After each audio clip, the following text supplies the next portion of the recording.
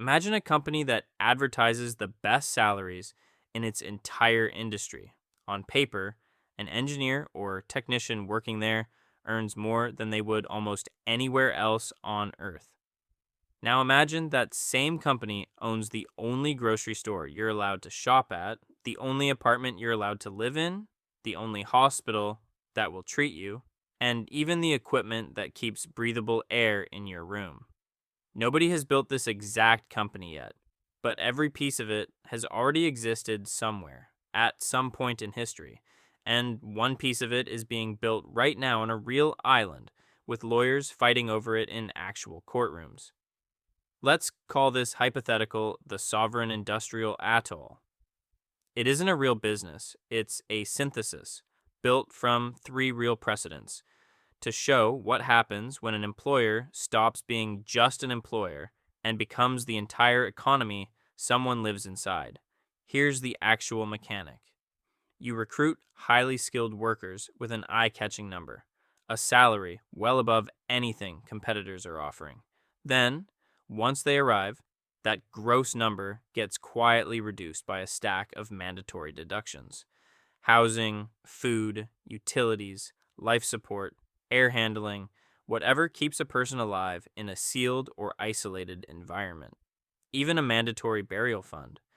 By the time the deductions clear, 70% of that impressive salary has gone straight back to the company that paid it in the first place.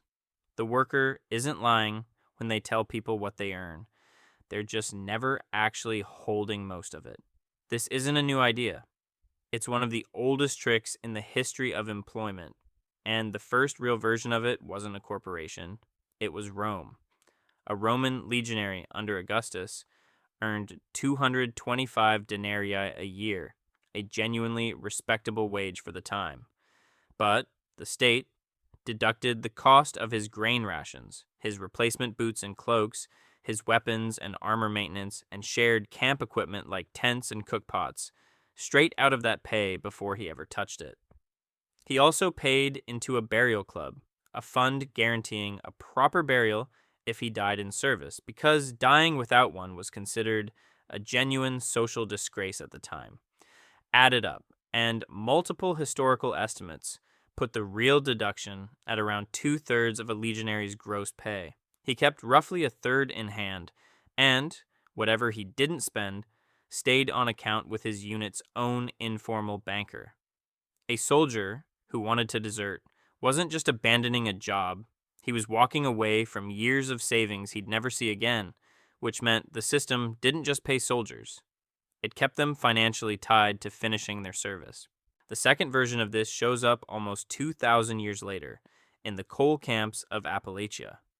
Mining companies built entire towns from scratch in remote hollows and paid workers partly in scrip, a private currency worth nothing anywhere except the one store the company itself owned.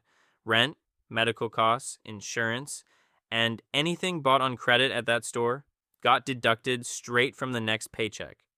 Some historians argue the popular version of this story oversells how trapped miners actually were, pointing out that in more accessible coalfields, workers regularly crossed town to shop at independent merchants when it was worth the trip.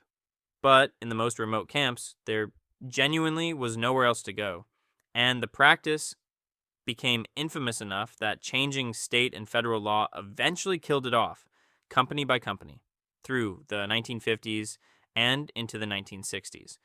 Both of those are history. What comes next is happening right now.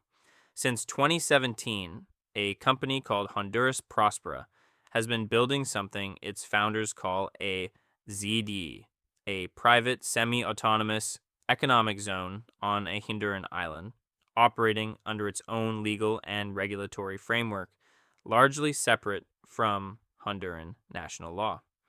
It grew out of an idea called charter cities, originally proposed by the economist Paul Romer, who has since publicly distanced himself from how it turned out, describing the result as closer to an exclusive enclave than the broad development project he'd first imagined.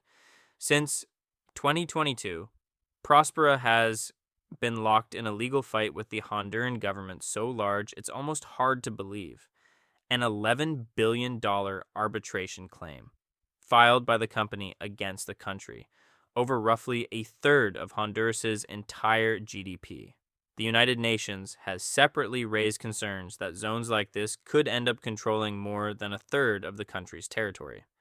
In one small incident, Prospera connected a nearby town's water supply into its own system, and local residents had to fight to reconnect their own original independent supply after disputes over pricing. That's the entire sovereign industrial atoll concept, already happening, just with water instead of oxygen. The ambition behind projects like this doesn't stop at land either. The venture fund backing Prospera has said publicly that its longer-term vision includes new settlements not just on charter city land, but in international waters and, eventually, outer space. A separate, related project, the Seasteading Institute, backed by Silicon Valley money since 2008, spent over a decade trying to build a floating, fully sovereign city beyond the reach of any government, before quietly admitting that the economics of true isolation simply don't work. Every mile you put between a settlement and the nearest coastline makes food, medical care, and basic supplies more expensive, which is exactly the same problem. A closed-loop atoll, or an ark, or a space station would eventually have to solve by controlling every resource its workers need, internally from the inside. So why does all of this count as coercive, rather than just a clever compensation structure? In each of these systems, the same entity paying you also decides what your money can buy, at what price, with no real competitor down the street.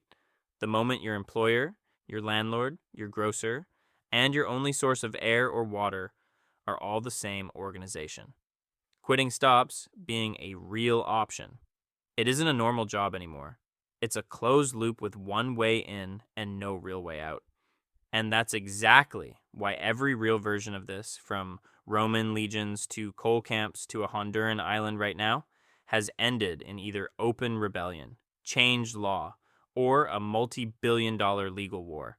Nobody has built the complete version yet, but looking at how close the individual pieces already are in 2026, this isn't science fiction anymore. It's a business plan that's 3/4 finished.